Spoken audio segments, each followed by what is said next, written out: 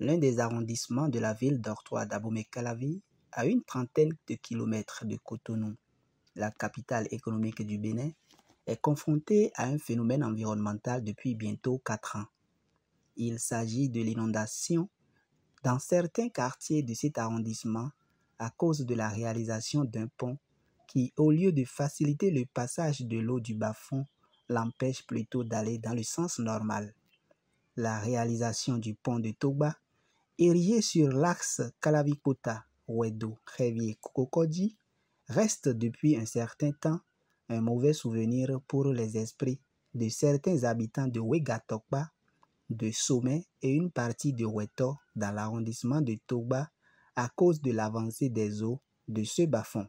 Patricia Tenvo vit depuis quelques années la peur au ventre de voir sa maison définitivement engloutie un jour par le bas-fond. C'est très dur parce que moi j'avais acheté une terre ferme qui n'a pas de l'eau. J'avais acheté une terre sec. Je l'avais acheté à un grand prix que je ne savais même pas que à un moment donné ça serait comme si. Mais au moment, moi j'ai construit. Et après j'ai encore construit un entrée couché ici. Quand on a commencé le pont là, l'entrée couché a commencé par tomber, même la construction aussi. Ça j'ai dévaqué à une côté. Même le carrelage que j'ai fait aussi, dedans, ça ne va pas. Vraiment avec le pont là, qu'ils ont fermé la voie là, l'eau a avancé jusqu'à pris tout mes bonnes parties. Je suis dedans comme ça. Les bas-fonds de Togba là, vraiment, et ça nous chasse comme les chasseurs qui chassent les animaux dans la brousse. Chaque année, ça avait l'habitude de nous chasser un peu. Mais depuis que Ebima fait venir nous fabriquer quelque chose comme voilà, c'est en ce temps-là que ça a encore aggravé.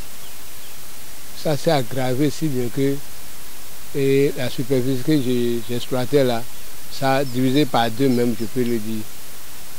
Pour dire que certains riverains et maraîchers sont tous impactés par ce drame que nous explique Degueno Robert, ingénieur agronome ayant sa ferme de maraîchage à Ouéga-Tokba. C'est vraiment un grand phénomène qui nous perturbe dans l'exercice de nos activités ici.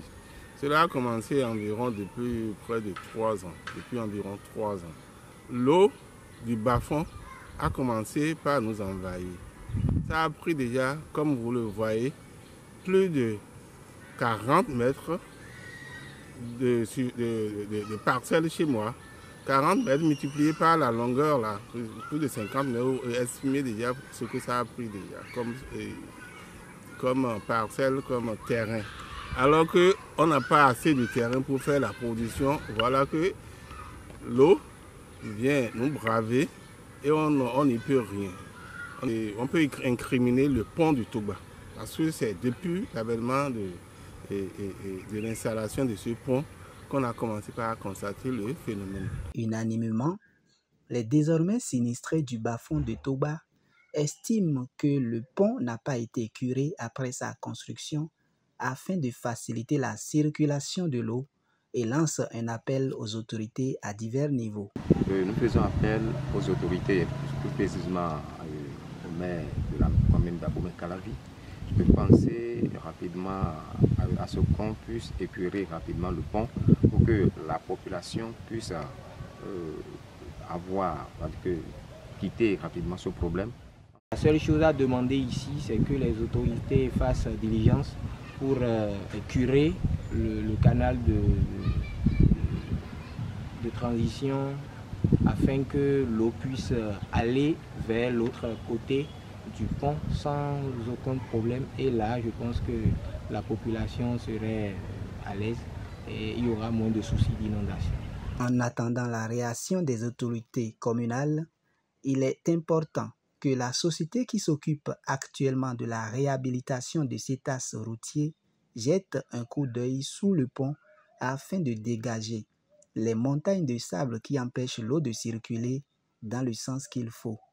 Car la réalisation du pont de Togba loin de faciliter la mobilité des populations, est au cœur d'un drame environnemental qui semble ne préoccuper personne.